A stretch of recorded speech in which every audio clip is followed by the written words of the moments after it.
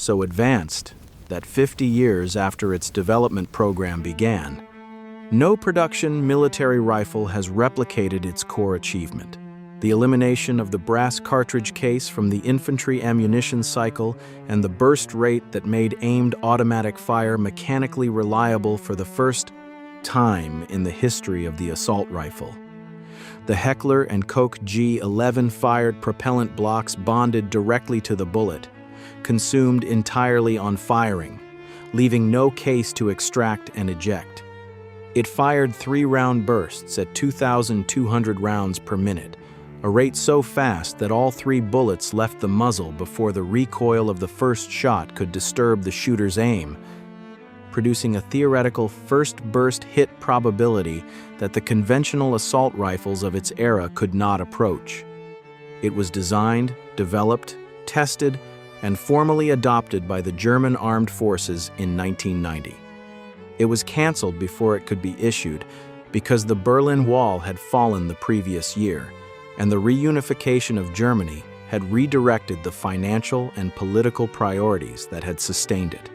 The rifle that could have changed what infantry weapons were for, that could have made the 3-round burst the standard unit of infantry fire rather than the single shot, disappeared into the archives. The armies that had been watching its development went back to issuing brass-cased ammunition from rifles whose operating principles had been established in the 1940s. To understand what the G11 actually solved, you need to understand the problem that had been defining infantry rifle design since the Second World War ended, and every major army in the world sat down to analyze what 6 years of sustained infantry combat had actually proved about: how rifles were used. The finding was uncomfortable. Studies of infantry engagements from the Second World War, Korea, and eventually Vietnam produced a consistent result. The individual infantryman's hit probability in actual combat was dramatically lower than the hit probability he demonstrated on a range. An American soldier with an M16 in a controlled evaluation could hit a target at 200 meters with reliable frequency. Under the stress of battle, hit probability was reduced to 1 out of 10 shots on target by 220 meters, 1 in 10. The training, the marksmanship doctrine, the zeroed sights, the quality ammunition, none of it survived contact with the specific conditions of real combat. The stress response that degraded fine motor control, the adrenaline that disturbed the sight picture, the cover and movement that prevented deliberate aiming, the darkness and noise and confusion that made everything the range had taught seem remote and inaccessible. The research that produced this finding was systematic and began earlier than most accounts acknowledge. Project Salvo, initiated by the United States Army's Operations Research Office in 1952, was the first formal attempt to quantify the relationship between the number of projectiles fired and the probability of achieving a hit in combat conditions. Salvo's findings were not comfortable reading for the marksmanship community. The data showed that spraying multiple projectiles simultaneously in the general direction of a target produced more hits than carefully aimed single shots under combat stress conditions. Project Salvo led directly to the Special Purpose Individual Weapon Program of the 1960s, which sought to produce a rifle that doubled the M14's hit probability by firing flechettes, small dart-like projectiles, at high velocity from multi-round bursts. The SPIW program ran from 1962 to 1973 and ended without producing an adoptable weapon. Its legacy was the institutional understanding, documented in Army research reports that would eventually inform the G11 program, that the brass-cased cartridge paradigm had physical limitations that prevented it from meeting the hit probability goals that the Army's own research had established as necessary. The solutions that armies reached for in the interim were the wrong ones. Automatic fire was the first instinct. If 1 round in 10 hit the target, perhaps 10 rounds in a burst would guarantee 1 hit. The problem was that automatic fire from a conventional assault rifle was not 10 times as accurate as single shots. It was substantially less accurate than single shots. The recoil of the first round moved the rifle off the aim point before the second round left the barrel. The second round went somewhere different from the first. By the third round, the muzzle had climbed several inches from the original aim point, and the shooter was fighting to bring it back, rather than aiming deliberately. Automatic fire at combat ranges was not a force multiplier. It was a way of wasting ammunition while convincing the shooter that they were doing something effective. The 3-round burst limiter that the M16A2 introduced in 1983 was the Army's formal acknowledgement that full automatic fire was not solving the problem. It was not an answer to the hit probability question. It was a cap on how many rounds a soldier could waste in a single trigger pull. The real answer was a different question entirely. Not how many rounds could a soldier fire in a burst, but how fast could a burst be fired before recoil had time to disturb the aim point. If a 3-round burst could be completed before the recoil impulse of the first shot reached the shooter's shoulder, all 3 rounds would leave the barrel from essentially the same aim point. The burst would not be 3 separate shots fired in sequence.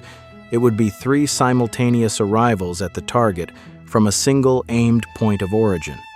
The hit probability of the burst would approach the hit probability of a single carefully aimed shot, rather than degrading with each successive round, as conventional burst fire did.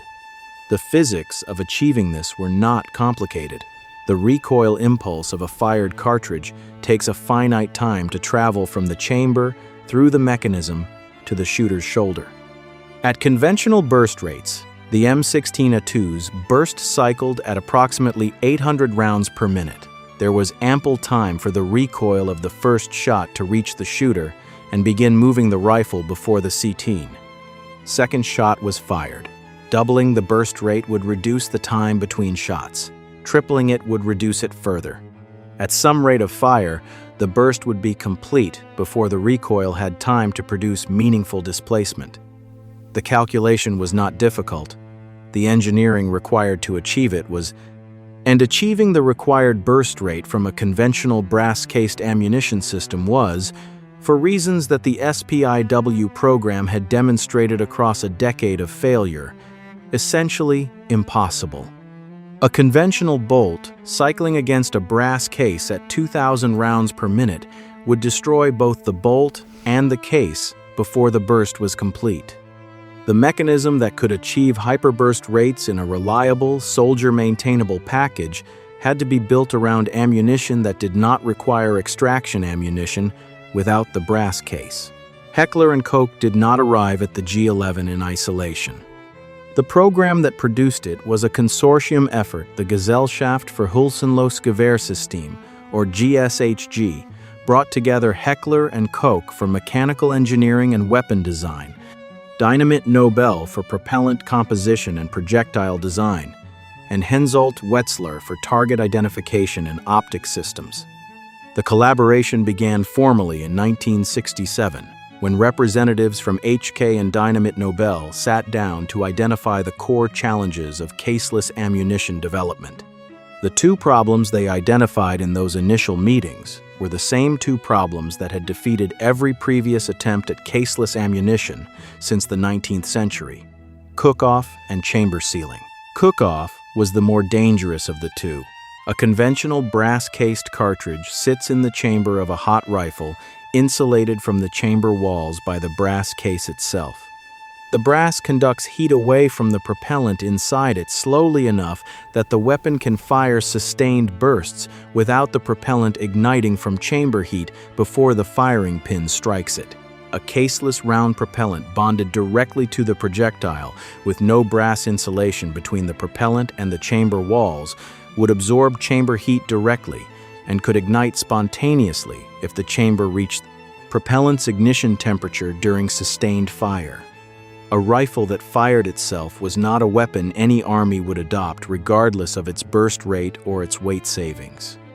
Chamber sealing was the second problem. The brass cartridge case that every infantry rifle in the world was designed around served a function beyond containing the propellant and the projectile. When fired, The brass case expanded under the pressure of ignition, pressing against the chamber walls and sealing the breach against the rearward escape of propellant gas. Without the brass case, a caseless system needed an alternative sealing mechanism that could contain chamber pressures exceeding 50,000 pounds per square inch without the expanding brass that conventional designs relied on.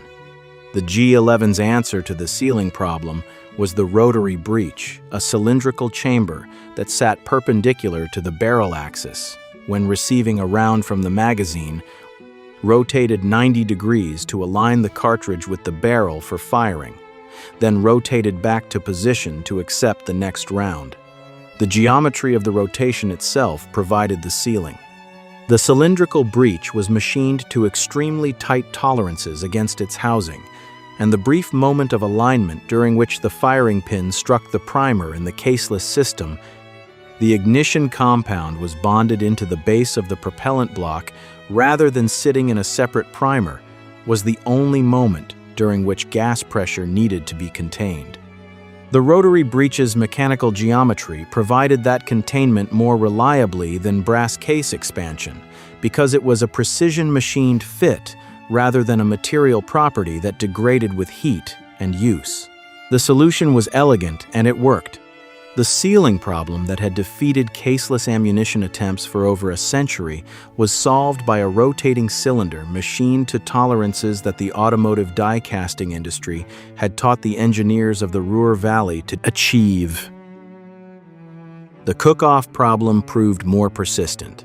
The early G11 prototypes of the 1970s used propellant formulations that had insufficient thermal stability that they would ignite at chamber temperatures that sustained fire could produce before the firing sequence intended. The first generation of G11 prototypes produced alarming cook-off incidents during sustained fire testing that confirmed the problem was real and not resolved by the initial propellant formulation.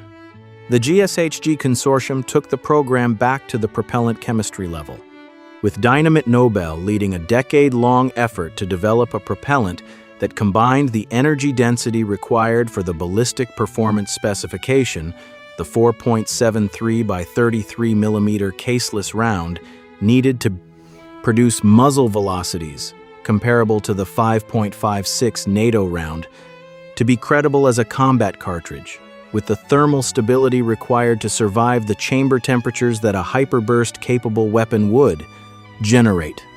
The formula they eventually developed was designated the High Ignition Temperature Propellant HITP, and it required substantially higher temperatures to ignite than the chamber of a sustained fire rifle would produce, under any normal operating condition. The cook-off problem, which had been the fundamental obstacle to caseless ammunition for over a century, was solved in a chemistry laboratory in Germany by a team of propellant scientists who were willing to spend a decade on a problem that everyone else in the small arms world had concluded was insoluble. The ammunition that resulted from this work was the 4.73 by 33 millimeter caseless round, a rectangular propellant block, approximately the dimensions of a small pencil eraser, with the bullet embedded at one end and the HITP ignition compound at the base. No brass, no primer pocket, no extractor groove, no case head. Nothing to eject, nothing to extract, nothing to accumulate on the ground beside the shooter. The round weighed approximately half what a conventional brass-cased round of equivalent ballistic performance weighed. The weight saving was not a minor efficiency. A soldier carrying the standard combat load of 210 rounds of conventional 5.56 ammunition was carrying approximately 3 kilograms of brass cases that would be on the ground behind him before the first hour of combat was over. The G11 soldier was carrying 210 rounds of propellant and projectile with no brass overhead weight, saving sufficient to carry substantially more ammunition for the same burden, or to redistribute the saving to water, food, or medical supplies. The logistics chain behind a G11 equipped army would not need to manufacture, ship, transport, and issue brass cases.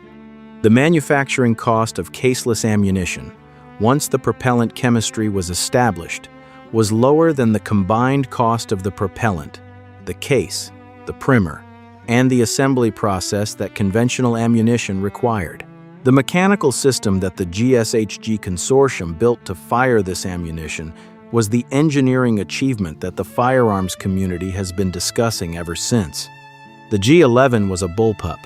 The magazine and action were positioned behind the trigger, giving the rifle a barrel length of 540 millimeters in an overall length of only 750 millimeters. The magazine was positioned horizontally above the barrel rather than below the action in the conventional configuration, feeding rounds downward through a quarter-turn rotation into the rotary breech. The entire action magazine, breech, barrel, and recoil system floated within the outer housing of the rifle on a long recoil buffer system. This is the engineering detail that made the hyperburst possible in a form the shooter could actually handle. When the G11 fired its 3-round burst, the internal action recoiled rearward within the housing through the duration of the burst, absorbing and storing the recoil energy of all 3 shots as it moved. The housing, the part the shooter held and aimed, did not move. The shooter felt nothing until the burst was complete and the buffer returned the action to battery, at which point the stored recoil of all 3 shots was transmitted to the shooter as a single combined impulse. The shooter felt 1 recoil event per 3-round burst. The recoil was heavier than a single shot. It was the sum of 3 shots, but it arrived after the burst rather than during it. And it arrived as a single manageable impulse rather than as 3 separate disruptions in sequence. The burst rate that made this possible was 2,100 rounds per minute in the G11K2's final configuration.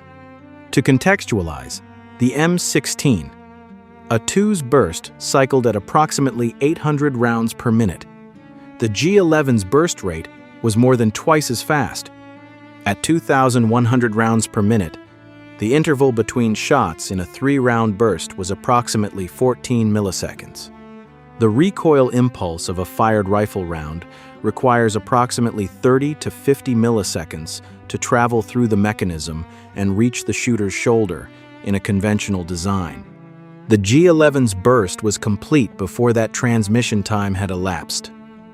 All 3 rounds were in the air before the shooter's body knew the first one had been fired. This was not a theoretical advantage. It was a measurable mechanical consequence of the burst rate that the rotary breech mechanism achieved in combination with the floating action's recoil storage system. The G11's designers had not simply built a fast rifle. They had built a rifle whose firing sequence operated faster than human neuromuscular response, placing the hit probability calculation outside the degraded performance envelope that combat stress imposed on the individual soldier. The United States Army was watching with $300 million of institutional interest. The Advanced Combat Rifle Program, initiated in 1986, with the explicit requirement of doubling the M16's hit probability in combat conditions, invited submissions from 6 manufacturers and eventually narrowed to 4 finalists for Phase 3 testing in 1989. The 4 competitors represented the full range of approaches that the small arms engineering community had developed in response to the hit probability problem. Colt submitted an improved M16 variant that fired both conventional 5.56 ammunition and a duplex round, a single cartridge containing 2 projectiles stacked in sequence that increased hit probability at close range by placing 2 bullets in the target zone from a single trigger pull.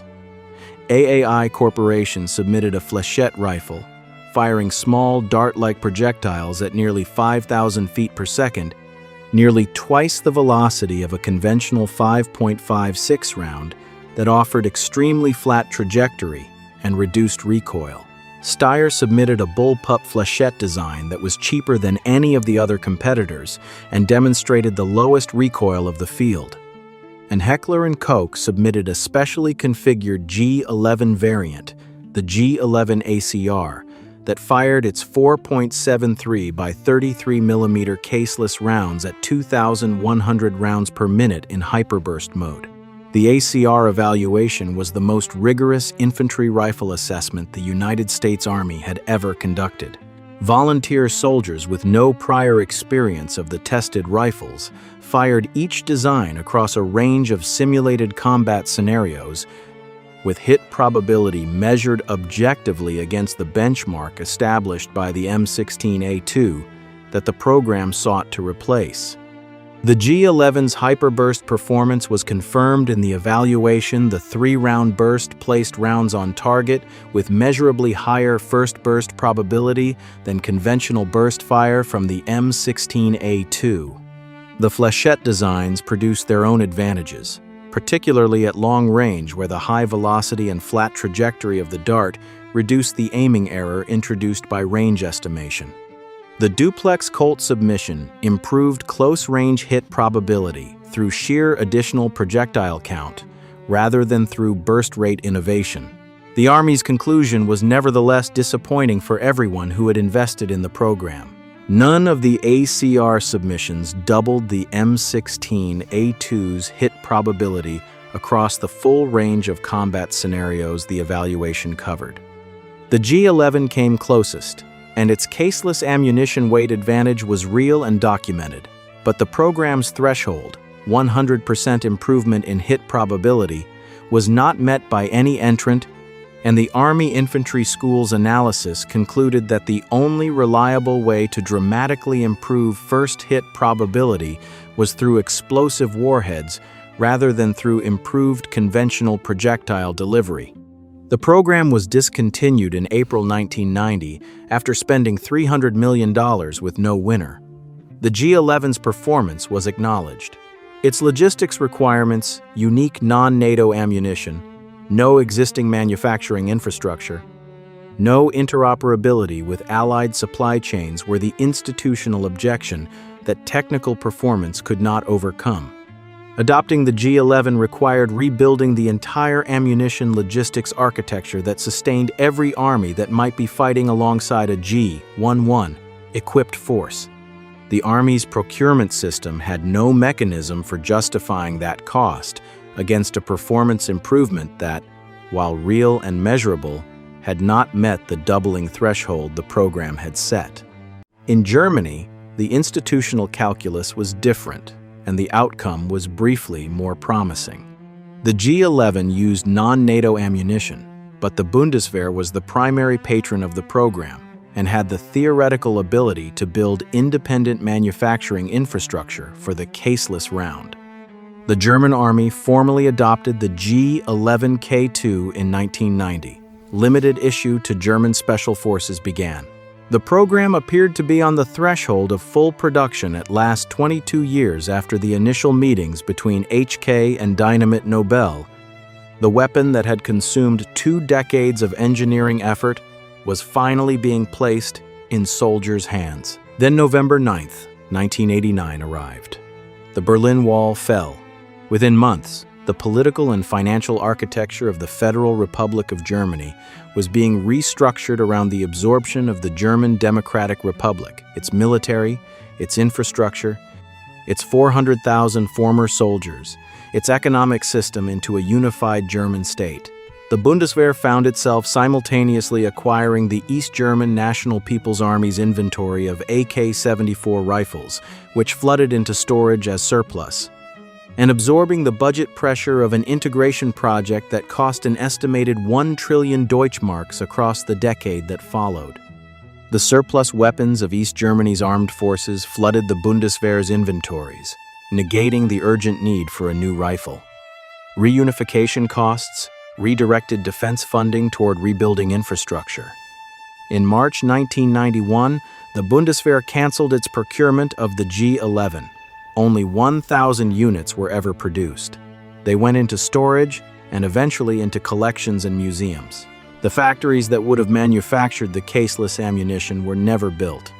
The HITP propellant formula that Dynamit Nobel's chemists had spent a decade developing was classified by the German government and not publicly released. The team that had built the most advanced infantry weapon system the world had produced dispersed.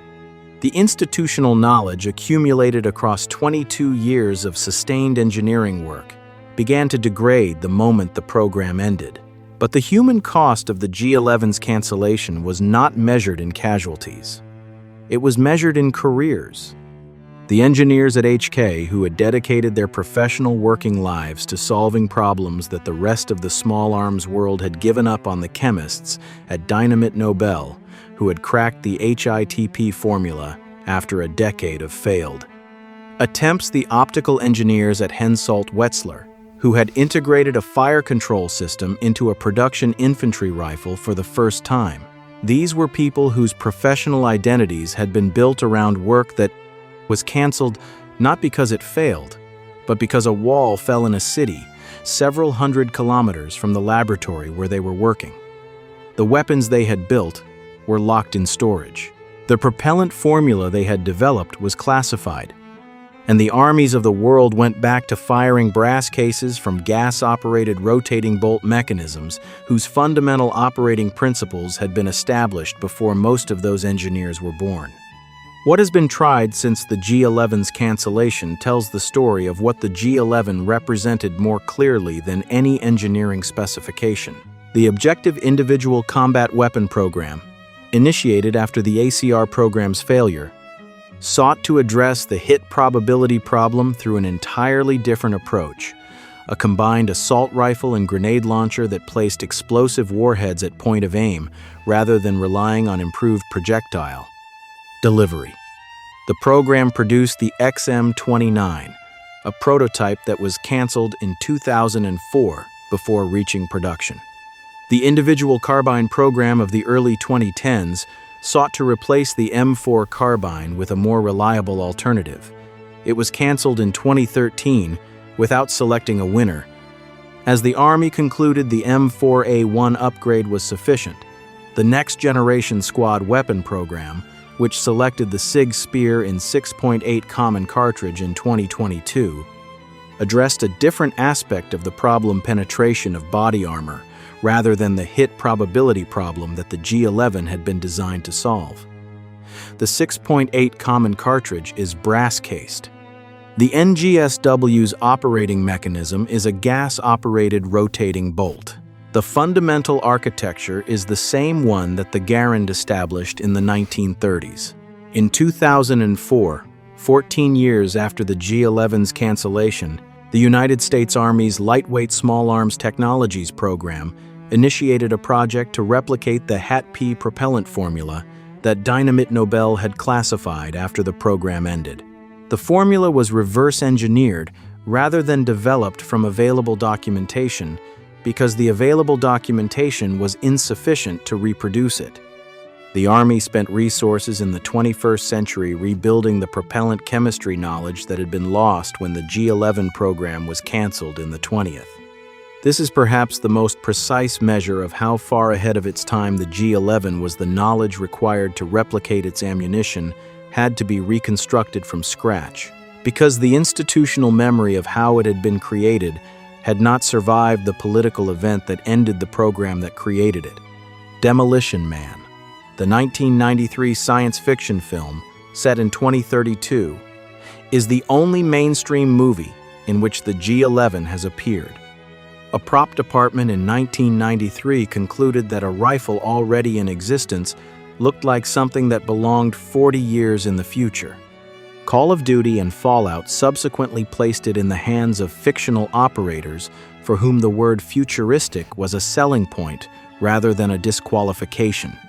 The cultural positioning of the G11 as a science fiction weapon rather than a Cold War military prototype is the most honest assessment of where it sat in the timeline of weapons development, a production-ready rifle that looked and functioned like the next generation of infantry weapons, appearing in museums and video games rather than in the hands of soldiers, because the political event that canceled it happened to occur in the same year that it was finally ready to be issued.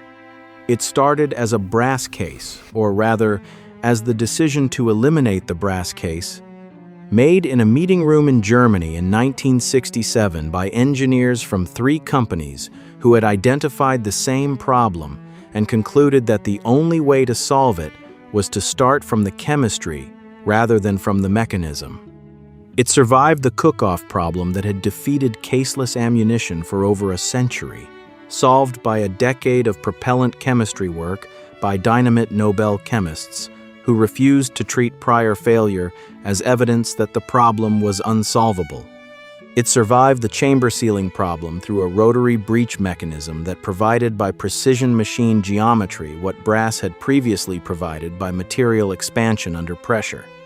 It survived institutional resistance, NATO incompatibility objections, a $300 million American evaluation that acknowledged its performance while declining to adopt it, and 22 years of development across 3 companies and 2 decades of Cold War urgency.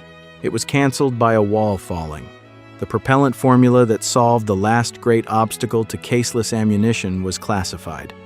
The HITP chemistry had to be reverse engineered 14 years later by the army that had declined to adopt the weapon it made possible.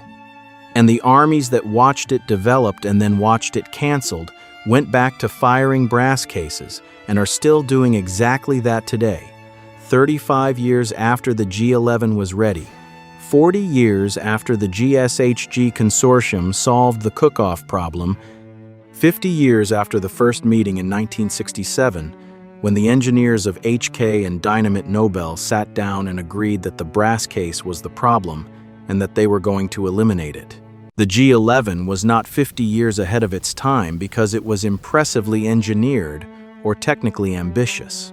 It was 50 years ahead of its time because it solved, in the 1980s, the 2 problems that define infantry rifle design in the 2020s: the weight of the brass case that every soldier in every army still carries as overhead on every round they fire, and the recoil disruption during burst fire that still makes the 3-round burst statistically no better than a single carefully aimed shot, and the armies that could have deployed those solutions went back to brass because a wall in Berlin fell before the ammunition factories could be built. If you enjoyed this, hit like, subscribe, and check out the next video right here. The